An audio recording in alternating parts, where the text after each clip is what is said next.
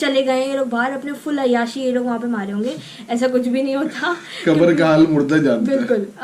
हाँ। इरादों को मजबूत कर कर आए और अपना माइंड बनाकर आए कि इट्स अ हार्ड जॉब। बिल्कुल। यानी इतना आसान नहीं होता फैमिली के साथ मूव होना। औरतें होती हैं, बच्चे होते हैं, 10 किस्म के मसले मसाइल होते हैं, फूड टेस्ट का डिफरेंट है, कल्चर डिफरेंस है, जबान का बैरियर है। इसमें ना प्रॉपर गद्दे थे हमारे पास, ना बेड थे, ना बेडशीट्स थी हमारे पास, ना लिहाफ थे, ना पंखा लगा हुआ था वहाँ। तो हम मेंटली तौर पे रेडी थे कि ये भाई टफ काम है, हिजरत करना ये आसान काम नहीं है। एक हंसी मजाक सबका माइंड चेंज कर रहे होते थे, किसी को परेशान हो रहे होते तो उसको समझाते थे कि नहीं यार थोड़े दिनों की बात है, बस गुजारा कर लो, उसके बाद सब कुछ सही हो जाना है। वहाँ स्टे करा होटल में। मैं आपको एक्सपेंस बता दूं, हम लोग 7 बंदे थे, हमने 3 कमरे लिए हुए थे वहाँ, 2 कमरे लिए हमने 2 कमरे लिए हुए थे। हमारा रोजाना 450 लीरा रेंट जा रहा था कमरों का, और बाहर से खाना एक्सपेंसिव था, यानी समझ लें 2 टाइम का खाना, 200-250 लीरा का खाना बिल्कुल हमारा एक टाइम का आ रहा था। तो आप खुद ही आइडिया लगा सकते हैं 15 दिन में हमारा कितना खर्चा हुआ। और बीवी जब ये जुमले कहती है ना खामन, घबराना नहीं है, दुनिया भी छिन गई तो क्या हुआ, हम 2 झोंपड़े से भी आए थे और महल तक गए, फिर उसी झोंपड़े में चले जाएंगे, एंड में मैं अपना अल्लाह लेके चला जाऊंगा। क्या जुमले हैं ये, निकल गए। कुछ ना भी हुआ तो क्या हुआ, आज सबको मैं कहता हूँ क्या हुआ अगर नहीं भी हो सका। सबसे पहले तो आप ये बताएं कितने मोटे क्यों हो रहे हैं। अस्सलाम वालेकुम guys, welcome back to my channel Hasnain Aman in Turkey. उम्मीद है आप लोग सब ठीक ठाक होंगे, और तमाम देखने वालों को मेरा अस्सलाम वालेकुम और अमन का भी अस्सलाम वालेकुम। आज हमने सोचा कि आप लोग के साथ एक अपनी रियल स्टोरी शेयर करें कि हाउ वी सेटल इन तुर्की, हम लोग किस तरीके से तुर्की में सेटल हुए और क्या क्या तुर्की लाइफ के बेनिफिट्स हैं तुर्की में शिफ्ट होने के, और क्या क्या प्रॉब्लम आप फेस कर सकते हैं। तो दैट्स वाई मैंने सोचा कि ऐमन के साथ मिलके एक रियल स्टोरी आप लोग के साथ शेयर करी जाए, ताकि जितनी भी पाकिस्तानी फैमिलीज आ रही हैं उनको आइडिया हो जाए हमारी स्टोरी सुन के कि आप लोग को फ़ायदे क्या क्या होंगे तुर्की में रहने के, और क्या क्या प्रॉब्लम्स को आप फेस कर सकते हैं। तो मैं चाहूँगा कि ऐमन जो है वो थोड़ा सा अपना फीडबैक बताएं, ताकि जितनी भी पाकिस्तानी फैमिलीज़ की स्पेशली फ़ीमेल्स बहुत यानी फ़ीमेल्स को बहुत शौक़ है बाहर शिफ्ट होने का अपने हस्बैंड्स के साथ। तो ऐमन से मैं चाहूँगा कि वो अपना एक्सपीरियंस शेयर करें, ताकि जितनी भी पाकिस्तानी फैमिलीज़ और फीमेल्स देख रही हैं वीडियो को, उनको आइडिया हो जाए कि जब आप तुर्की शिफ्ट होंगे तो आपको क्या क्या डिसएडवांटेजेस हो सकते हैं और क्या क्या यहाँ के एडवांटेजेस हैं। तो ऐमन काइंडली आप अपना एक्सपीरियंस शेयर करें पाकिस्तानी फैमिलीज के साथ। सबसे पहले तो अस्सलाम वालेकुम और थैंक यू सो मच कि आप लोग हम लोग को इतना सपोर्ट करते हैं, हमारी वीडियोस को इतना लाइक करते हैं, तो थैंक यू सो मच आप लोग सबका हम लोगों को देखने के लिए। सबसे पहले मैं आपको ये बताऊंगी कि हमारा जो है वो पाकिस्तान से तुर्की का सफ़र स्टार्ट हुआ कैसे। बेसिकली मेरे फादर इन लॉ जो हैं वो पहले आ चुके थे तुर्की, और उसके बाद उन्होंने आने के बाद यहाँ पे प्लान किया पाकिस्तान में, हम लोग से बच्चों से सबसे डिस्कस किया कि अगर हम पाकिस्तान से बाहर शिफ्ट हो जाएं तो आप लोग सबका क्या इरादा है। तो हम लोग तो जाहिर सी बात है एग्री थे इस चीज़ पे, हम लोगों ने कहा ठीक है हम लोग एग्री हैं, कोई मसला नहीं है, हम शिफ्ट हो जाएंगे, कोई प्रॉब्लम नहीं है। लेकिन उन्होंने हमें उसके पीछे बिहाइंड द सीन ये भी बता चुके थे कि बेटा आप लोगों को बहुत सारी चीज़ें ऐसी हैं जो आपको फेस करनी पड़ेगी। लाइक हम लोग पाकिस्तान में अल्हम्दुलिल्लाह हम लोग बहुत सेटल थे वहाँ पे, और अभी यहाँ पे भी बहुत सेटल है, लेकिन एक तरीके से जो प्रॉब्लम हमने यहाँ पे फेस की वो हमने पाकिस्तान में कभी भी फेस नहीं की। वो ऐसी प्रॉब्लम थी कि जब हमारे फादर ने ये बात बोल दी थी कि बेटा जब आप वहाँ जाओगे तो ना आपने तकिया मिलना है, ठीक है, ना आपको चादर मिलनी है, क्या पता आपको घर भी बिल्कुल सही ना मिले, क्या पता आपको वहाँ पे रिहाइश वगैरह बिल्कुल प्रॉपर ना मिले, खाना पीना सही ना मिले, कोई भी प्रॉब्लम हो सकती है। तो आप लोगों ने फिर ये नहीं बोलना है कि मैं लेके आया हूँ और मेरे डिसीजन पे आप लोग आएँ। अगर आप लोगों का डिसीजन है, आप लोगों को जाना है, तो मैं आप लोगों को ले जाऊँगा। यानी इन शॉर्ट ऐमन के कहने का मकसद है कि मेरे वालिद साहब ने हमारा पहले से माइंड बना दिया था, you have to start with the zero. बिल्कुल, यानी आपको जीरो से स्टार्ट करना पड़ेगा, क्योंकि हिजरत it's not a piece of cake कि आपने उठाया और खा लिया।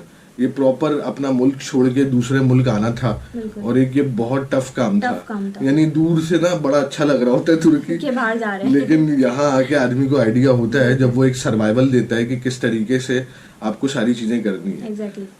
तो खैर अब अमन बताएंगे आपको हम जब यहाँ पहुंचे तो किस किस्म की हमें कंडीशंस मिली, क्या क्या हुआ हमारे साथ। वहाँ पे आने का हो रहा था फिर रुक रहा था, हो रहा था फिर रुक रहा था।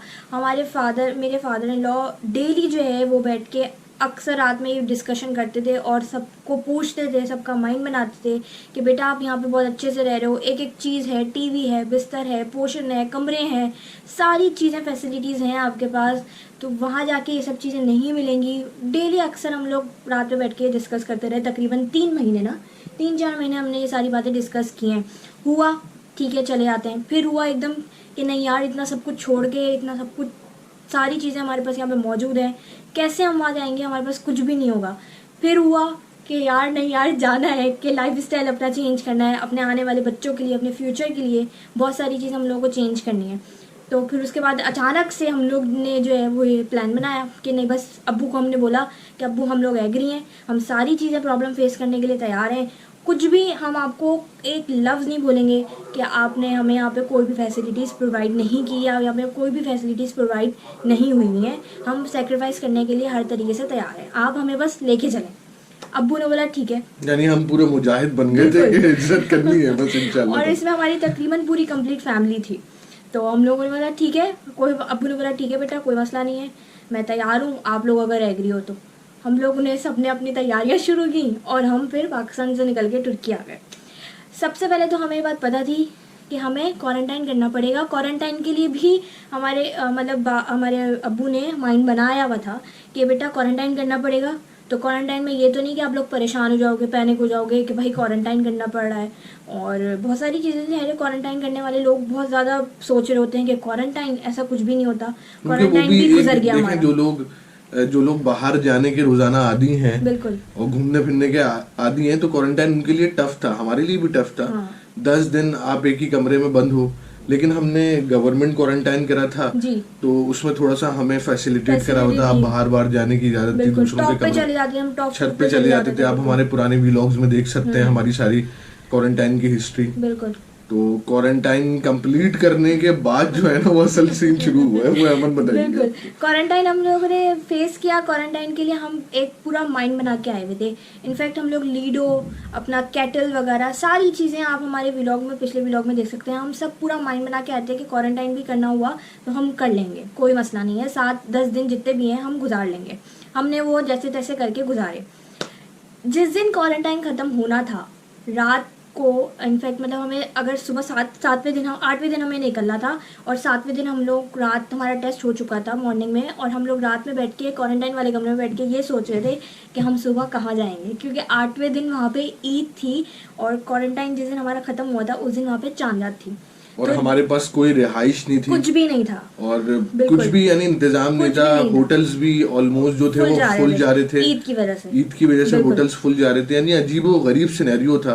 और हमारी फैमिली एक तरीके से स्टक थी, पैनिक हुई हुई थी, लिटरली इतना डिप्रेस थे कि we don't have accommodation here, हम कहाँ जाके रहेंगे। हम बिल्कुल समझ नहीं आ रहा था हमें। रात तक मतलब हम लोग सब बैठ के, हम लोग 7 मेंबर्स यहाँ पे आए हैं पाकिस्तान से, और हम लोग यही सोच रहे थे कि हम सुबह उठ के हमें 10 बजे यहाँ से क्वारंटाइन छोड़ना है और हम कहाँ जाएंगे।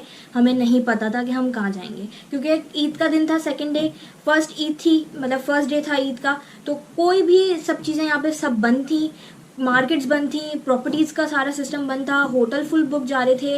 इनफैक्ट यहाँ के फ़्लाइट्स वगैरह, ट्रेन टिकट्स वगैरह सब बुक फुल जा रहे थे। हमें समझ ही नहीं आ रहा था कि हम क्वारंटाइन से निकल के कहाँ जाएंगे। फिर मेरा छोटा जो देवर है, उसका एक यहाँ पे फ्रेंड रहता है, उसने जद्दोजहद करके फटाफट कुछ ना कुछ करके उसने रात में हम लोगों को फ़ोन किया कि बेटा हमें अब्बू ने बताया कि बेटा उसने हमारे ये जो है घर अरेंज कर दिया है, किराए का घर है, फर्निश घर है, लेकिन 3rd फ्लोर पे है, लिफ्ट नहीं है, ऊपर नीचे आप लोगों को बार बार चढ़ना पड़ेगा, गुजारा कर लोगे। हमने कहा अब्बू आप यहाँ से तो निकलें कम से कम, हम देख लेंगे आगे जाके हमें क्या करना है। और ये भी एक टफ सिचुएशन थी, जैसे कि आपको पता है, जिन लोगों को नहीं पता मैं बता दूं, अमन जो थी वो प्रेग्नेंट थी, 7 मंथ उनका चल रहा था, और 3rd फ्लोर पे रहना it's a very tough job, क्योंकि 3rd फ्लोर पे हम किस तरीके से रहे, नीचे उतरना, इनको लेकर आना, क्योंकि घर में भी बंदा बैठे बैठे पागल हो जाता है बिल्कुल, तो इनको लेके नीचे उतरना, फिर वापस ऊपर चढ़ना, और वो 2+1 हमारा रेंट पे था, वो आप वीडियो देख सकते जाके, इंतहाई छोटा अपार्टमेंट था वो, और बस वो बस यानी वो हमने मजबूरी में लिया था। बिल्कुल, उसमें ना प्रॉपर गद्दे थे हमारे पास, ना बेड थे, ना बेड शीट्स थी हमारे कुछ पास, भी नहीं था हमारे ना पास। लिहाफ थे, ना पंखा लगा हुआ था वहाँ। बिल्कुल और ईद की तकरीबन First day ऑलमोस्ट था। फर्स्ट डे था फर्स्ट वो। डे था वो। हम लोग नमाज वगैरह पढ़ने गए, वापस आए। पहले दिन तो बहुत अच्छा लग रहा था, मगर जैसे जैसे वक्त गुजरता रहा ना हमारे पास पंखा था। यहाँ एक हफ्ता छुट्टी थी ईद की हाँ, पूरी। ईद की एक हफ्ता छुट्टी भी थी यहाँ पे। और इंतहा से ज्यादा गर्मी थी। बहुत इनकी ज्यादा गर्मी तबीयत थी। 2 से 4 दफा बहुत खराब हुई है अपार्टमेंट के बहुत अंदर। ज्यादा। मैं पूरी पूरी रात इनको रजिस्टर से हवाएं देता रहता था। और यानी मतलब वो एक जो हम लोग 7 लोगों ने फर्स्ट डे ईद का जो गुजारा है, पहली मर्तबा हमारी ईद ऐसी गुजरी कि हमारे पास, हम ये सोच रहे थे कि मतलब हमने तो कभी ज़िंदगी में ऐसी बकरीद हमारी कभी गुजरी नहीं है। ईद हम लोग सब अपना अच्छे से तैयार, सब कुछ होना, सब कुछ हुआ था यहाँ पे, सब हमने वैसे ही किया था। लेकिन एक वो फैसिलिटीज़ हमारे पास नहीं थी मौजूद जो हमारे पास पाकिस्तान में थी। लेकिन हमने अपने फादर इन लॉ को और अपनी मदर इन लॉ को एक लफ्ज, इन्होंने अपनी अम्मी अब्बू को, मतलब अब जितने भी लोग हम लोग आए हमने थे, किसी को भी परेशान नहीं करा। कुछ नहीं बोला। क्यों? हमने क्योंकि कहा हम अपने फैसले से आए से, बेसिकली हमने हमारा खुद का फैसला था। बेसिकली अब्बू ने हमें मेंटली तौर पे रेडी कर दिया था इन सब चीजों के लिए। बिल्कुल। तो हम मेंटली तौर पे रेडी थे कि ये भाई टफ काम है, हिजरत करना ये आसान काम नहीं है। बिल्कुल। तो बस हमने सर्वाइवल दिया, और सर्वाइवल सबको देना होता है। बिल्कुल। मैं आपको बता दूं, जितनी भी पाकिस्तानी फैमिलीज यहाँ आने का सोच रही हैं, तो जस्ट अपने दिमाग में ये बात फिट करके आए कि यहाँ आकर रहना आसान काम नहीं है, एक टफ सर्वाइवल है। इवन आप जितने भी पैसे वाले हों, आपके पास सारी आसाइशें हों, लेकिन एक टाइम पीरियड ऐसा आपको गुजारना पड़ेगा जिसमें आपको एक सर्वाइवल देना है, प्रॉपर हार्ड सर्वाइवल होगा। अच्छा, फिर वो हमारी ईद गुजरी जैसे तैसे, ईद तो पता ही नहीं चला हमें। पता नहीं चला। हम लोग असल में उस वक्त जो है, मेरे ख्याल से तुर्की में कोई एरिया में आग लगी हुई थी, तो उससे मजीद और यहाँ पे गर्मी, टेम्परेचर बहुत ज़्यादा हाई था। मतलब तुर्की वालों को, लोगों का कहना ये था कि फर्स्ट टाइम जो है वो यहाँ पे इतनी शदीद गर्मी पड़ी है। और मैं आप लोग को ये बात बता दूं कि हमें जो अपार्टमेंट मिला था वो काफी एक्सपेंसिव मिला था। 2+1 3500 लीरा का, 3500 लीरा का उसने हमें दिया था। 2+1 ईद का दिन था, कोई अपार्टमेंट खाली नहीं था, और 1 महीने के लिए सिर्फ उसने दिया था। और उसने हमें बोला था कि 1 महीने बाद अपना बोरिया बिस्तर बांध के आप यहाँ से निकलना है आपको, क्योंकि नेक्स्ट मंथ कोई और रेंट पे लोग आने वाले थे। बिल्कुल। और इनकी सबसे बड़ी बात ये है कि ये लोग ज्यादा लोगों को रेंट पे नहीं देते। मतलब कम से कम एक हस्बैंड वाइफ और एक आध बच्चा, बस, इससे ज्यादा लोगों को नहीं देते, क्योंकि इनके अपार्टमेंट में ये रूल है कि आप लोग जो है वो ज्यादा शोर नहीं करेंगे। बेसिकली इनका ये रूल है कि आप लोग ज्यादा यहाँ पे रहते हुए शोर नहीं करेंगे। तो खैर फर्स्ट डे हमारा जैसे जैसे वहाँ पे गुजरा, 1 हफ्ते की छुट्टी थी, गर्मी थी फुल शदीद, पंखों के लिए हम लोग पागल हो रहे थे, खानों के लिए हम लोग बेसिकली बहुत ज्यादा पागल हो रहे थे। पाकिस्तानी फूड यहाँ कहाँ से मिलता है। और मजे की बात आपको सबसे डिफिकल्ट फेज बताऊं कि जिसने हमें रेंट पे मकान दिया था, उसने लास्ट मंथ का बिल नहीं भरा था, तो हमारी गैस कट चुकी थी। सही है। बिल्कुल। तो हम अपार्टमेंट में रहने के बावजूद खाना नहीं बना पा रहे थे, और हम आगे पीछे से तुर्किश फूड लेके बस गुजारा कर रहे थे। वो रातें हमने काटी है। हमें ये आइडिया है कि किस तरीके से हमने करा था। हम लोग सब बैठे हुए होते थे, और मतलब एक फैमिली भी साथ थी, तो एक एंजॉयमेंट भी चल रही होती थी, एक हंसी मजाक, सबका माइंड चेंज कर रहे होते थे। किसी को ज़ाहिर परेशान हो रहे होते तो उसको समझाते थे कि नहीं यार, थोड़े दिनों की बात है, बस गुजारा कर लो, उसके बाद सब कुछ सही हो जाना है। फिर खैर हमारा 1 महीना जैसे तैसे हमने गुजारा। गर्मी बहुत थी। 1 हफ्ते के बाद, छुट्टी के बाद, हम लोग ने अच्छा 1 महीना, सबसे बड़ी बात, पंखा तो आ गया था, लेकिन बस ये शॉर्ट में मैं आपको बता रहा हूँ कि 1 महीना हमारा बहुत टफ गुजरा। इस टेंशन में गुजरा कि अब हम नेक्स्ट मंथ कहाँ जाएंगे। रोज अब्बू, भाई, मैं, हम लोग सब अपार्टमेंट रेंट की तलाश में निकलते, मगर हमें अपार्टमेंट नहीं मिलता। रोज हम निकलते, रोज हम जाते, मगर हमें अपार्टमेंट नहीं मिलता। इस तरह हमारे 30 दिन गुजर गए और हमें रेंट पे अपार्टमेंट नहीं मिला। इन दी एंड उस बंदे ने रात को फोन करके बोला उन्होंने कि कल आप अपना सामान उठाएं और आप चले जाएं। हमने इन दी एंड फैसला करा कि भाई अब कहाँ जाएं, क्योंकि रेंट पे अपार्टमेंट था नहीं। तो हम जो है भाई फिर वो होटल में जाके स्टे करा हमने, और तकरीबन हमने 14-15 दिन वहाँ स्टे करा होटल में। मैं आपको एक्सपेंस बता दूं, हम लोग 7 बंदे थे, हमने 3 कमरे लिए हुए थे वहाँ, 2 कमरे लिए हुए थे हमने, 2 कमरे लिए हुए थे। हमारा रोजाना 450 लीरा रेंट जा रहा था कमरों का, और बाहर से खाना एक्सपेंसिव था, यानी समझ लें 2 टाइम का खाना, 200-250 लीरा का खाना बिल्कुल हमारा एक टाइम का आ रहा था। तो आप खुद ही आइडिया लगा सकते हैं 15 दिन में हमारा कितना खर्चा हुआ होगा। उसी दौरान फिर जो है वो हमारे छोटे भाई ने और अब्बू ने घर का अरेंज किया है, उसी 15 दिन के अंदर उसी 15 दिन में फिर हमने डिसीजन लिया कि हम यहाँ अपार्टमेंट बाय कर लेंगे, क्योंकि रेंट पे यहाँ रहना बहुत टफ काम है। क्योंकि देखें अपनाइयत नहीं होती, परदेश है, फिर आपको मालिक मकानों से दब के रहना पड़ता है, फिर यहाँ लोगों का भरोसा नहीं है कि अगर आपने ज्यादा शोर करा अपार्टमेंट में या उल्टी सीधी हरकतें करी तो ये आपको निकाल भी देते हैं अपार्टमेंट से। तो हमने फिर हमारी फैमिली ने वही फैसला करा कि अब इन दी एंड हम अपार्टमेंट बाय करेंगे, और फिर अब्बू ने अर्जेंटली जो है वो ढूंढ ढांड के हमने अल्हम्दुलिल्लाह अब अपार्टमेंट बाय करा। फिर अपार्टमेंट बाय करने के बाद भी उसमें भी शिफ्ट होना बहुत मुश्किल काम था, क्योंकि घर बंद था, न्यू था, तो बहुत ज्यादा गंदगी थी और सफाई थी करना, और यहाँ मासियाँ नहीं मिलती हैं आपको, कोई काम करने वाली नहीं मिलती, जो मिलती हैं वो बहुत ज्यादा एक्सपेंसिव है। तो पाकिस्तान में तो अल्हम्दुलिल्लाह भाई मासियाँ भी थी, नौकर चाकर भी थे, यहाँ जो है वो अपना घर खुद साफ करा, मजदूर बने, सफाइयाँ करी, फनाइल के पोछे लगाए, खिड़कियाँ वड़कियाँ सब साफ वाफ करके सब ओके करके घर तैयार करा हमने। फिर उसके बाद हमारा नेक्स्ट स्टेप था फर्निश करना, क्योंकि घर खाली था। अब यहाँ जबान का बहुत बड़ा बैरियर है, हमें पता नहीं दुकानें किधर हैं, फ्रिज कहाँ से मिलेगा, बेड कहाँ से मिलेंगे, मगर सारी जद्दोजहद थी, ये भी एक टफ सर्वाइवल था। मैं आपको सारी चीजें इस वजह से शेयर कर रहा हूँ कि दिमाग में हमारे पाकिस्तानी फैमिलीज जो है ना वो बड़े ख्वाब लेकर यहाँ आती हैं, ख्वाब लेकर आए, तुर्की बहुत अच्छा है, लाइफस्टाइल बहुत अच्छा है, मैं आपको भी आगे बताऊंगा, बेनिफिट्स भी यहाँ के, मगर एक टाइम नहीं समझ लें आपका 2 से 3 महीने ना आपका टफ गुजरेगा, ऐसा टफ गुजरेगा कि शायद आपके आंसू निकल जाए। ऐसा नहीं है कि आप आते ही जो है वो यहाँ पे बस आपने माइंड बनाया, बस आते ही जो है आपने आप को सब कुछ मिल गया और आप यहाँ पे आते ही सेटल हो गए। तो देखिए थोड़ा बहुत अगर आप पाकिस्तान में भी कोई घर शिफ्ट कर रहे होते हो तो वहाँ पे भी आप लोगों को थोड़ा बहुत प्रॉब्लम फेस करनी पड़ती है, लाइटें लगानी होती है, बिजली का बिल, ये वो सारी चीजें। वैसे ही एक नया घर आप यहाँ बनाएंगे तो यही सारा, लेकिन वहाँ हमें सब दुकानों को पता है, हमारी लैंग्वेज है, तो हम बुला के पकड़ के बंदे को भाई इलेक्ट्रिशियन बुला लिया, प्लम्बर बुला लिया, या तो आप इलेक्ट्रिशियन को बुलाने जाएंगे तो उसको समझाना भी एक बड़ा कमाल है कि भाई हमारे घर पे आके लाइटें लगाओ, तो वो आपकी जबान ही नहीं समझ पाएगा कि बंदा करवाना क्या चाह रहा है। तो यानी it's a tough job, it's not a piece of cake ना, आसान नहीं है इतना सारी चीजें। खैर हमने घर शिफ्ट करा, वही सारी चीजें सेटल करी, एमन भी प्रेग्नेंट है, मेरे छोटे भाई की वाइफ भी प्रेग्नेंट थी, सब दो प्रेग्नेंट लेडीज हमारे साथ थी, और बहुत मुश्किल काम था कि एक रिस्क था बहुत बड़ा ये, लेकिन अल्हम्दुलिल्लाह अल्लाह ताला की जात मदद करने वाली है और अल्लाह ताला मेहनत करने वालों को पसंद करता है।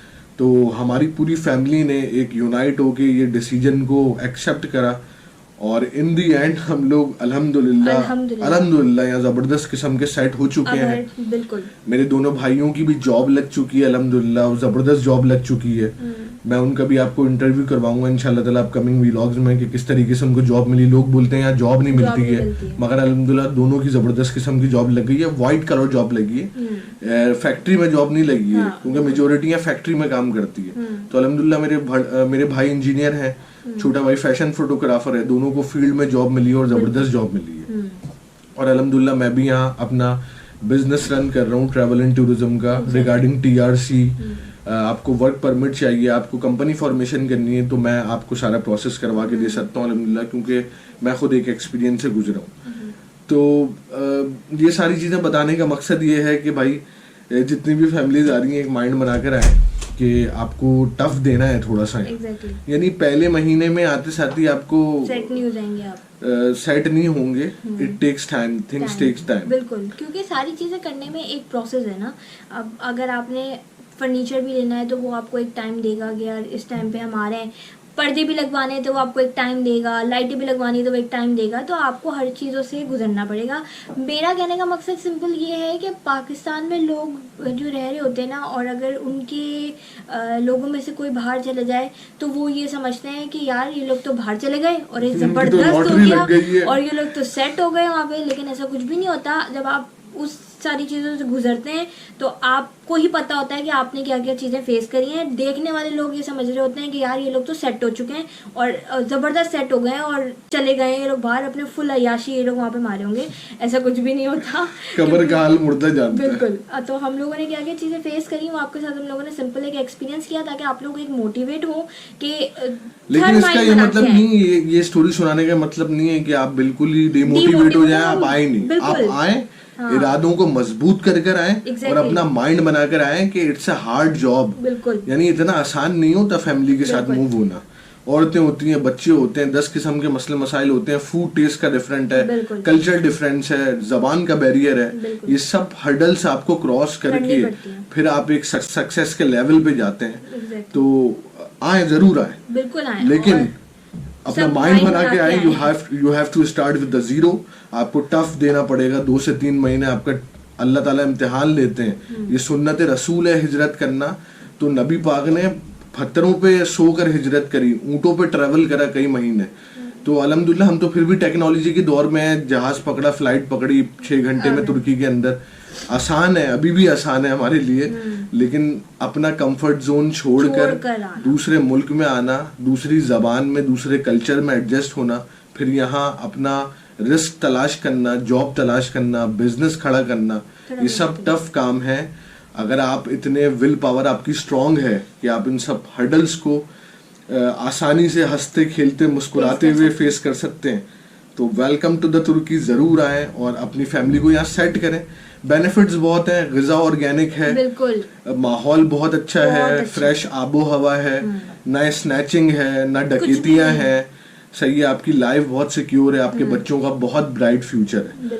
तो वीडियो काफी लंबी हो चुकी है, तो अगर आप लोग के कोई सवालात हों तो वीडियो में मेरा नंबर आ रहा होगा, आप मुझसे व्हाट्सएप करके फैमिली प्रोसेस भी करवा सकते हैं और इंशाअल्लाह ताला मैं आपको तमाम सवालात के जवाबात भी दूंगा और हो सके तो जहां तक आपकी मदद कर सकते हैं वहां तक आपकी मदद भी करेंगे। तब तक के लिए नेक्स्ट वीडियो के लिए अल्लाह हाफिज। वीडियो बहुत लंबी हो गई है, अल्लाह हाफिज। जो भी आप बनना चाहते हो सब आपके अंदर है। आपकी विल पावर के आगे दुनिया की कोई भी ताकत टिक नहीं सकती। आपने सोच लिया मुझे करना है, इतनी प्रॉब्लम्स आएंगी, आने दो, मुझे करना है। सब कुछ खो सकता है, खोने दो, मुझे करना है।